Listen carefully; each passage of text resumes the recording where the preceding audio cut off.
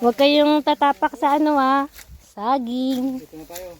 Dito na tayo, baba na tayo. Ano ba to? Outpost. Sa outpost na tayo. Outpost. Dito tayo sa kampo.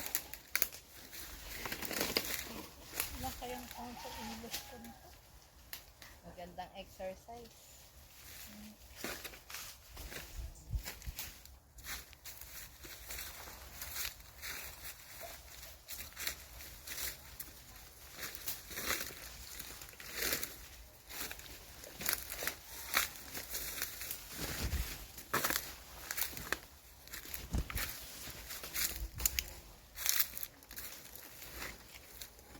Ilang watts yung solar nyo, Rose?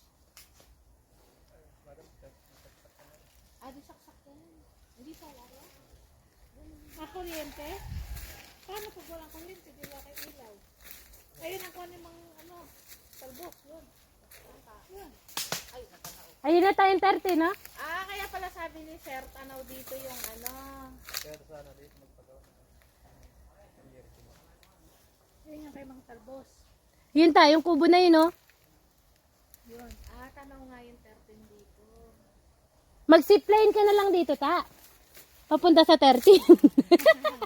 Pwede rin. Diba? Oh. Zipline, Kasi tingnan mo, tagos na tayo dun, Diretso tayo sa bahay sa baba. O, di ba yung mga nagpupunta sa bundok? Nakikita. Adventure.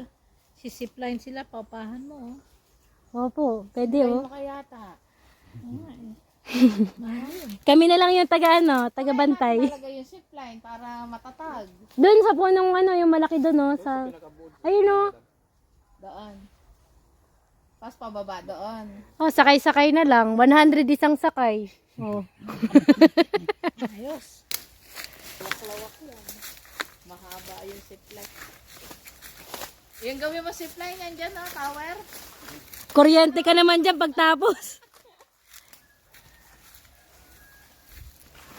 Dito po kayo sa kabila. Ito naman yung nakatusok sa gilid. Dito sa kabila.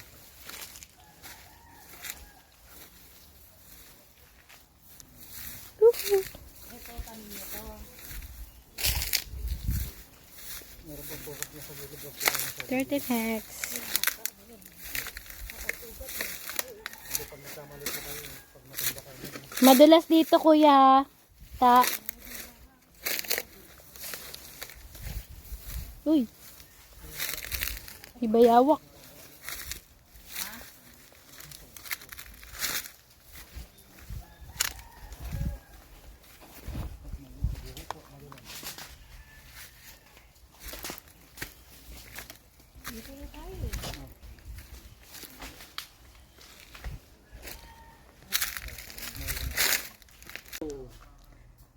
Medyo tayo mataas kunti.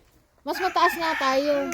Di tayo yung hindi malulunod. Dito ko magtayo ng bahay mo. Dito okay na. Hindi, okay na ako dito sa kabila. Ay, hindi mo alam na dagat yan? Hindi ko na, ngayon ko lang nakita ang dagat yun. Zoom ko nga. Nakarang kasi yung kahoy eh. Dagat yun. Ay, oo nga. Ano to, kawag? Tawag yan. Ay, galing. Lagpas ng hanjin. Hindi, longga po yan. Hindi, tawag. Lagpas ng hanjin. Kawag?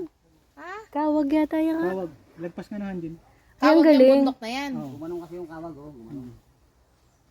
Ang galing naman pala. Tanaw. Ang nagtataka ka, yung sea level, ang taas. Nahaharang siya kasi ng bundok. Kasi tayo, nasa bundok. Tapos yung dagat, parang kapantay na natin. Pero mas mataas ang dagat. Mas mataas ang dagat. Mas mababa itong bundok. Pag nandun ka sa gitna ng dagat. Kaya doon Paano sa... natutuyo naman na daw ang dagat eh. Sabi ta? Hinihigop ng China. Hinihigop ng China. Ang taba talaga ng utak ni Sir, Sa China Sir yung Mali. Hinihigop ng China kasi mayroon silang power plant ng kuryente sa lalim ng dagat. Hinihigop yung dagat talaga. Gumagano yun. Ayun yun, nandito rin. Yung iba po.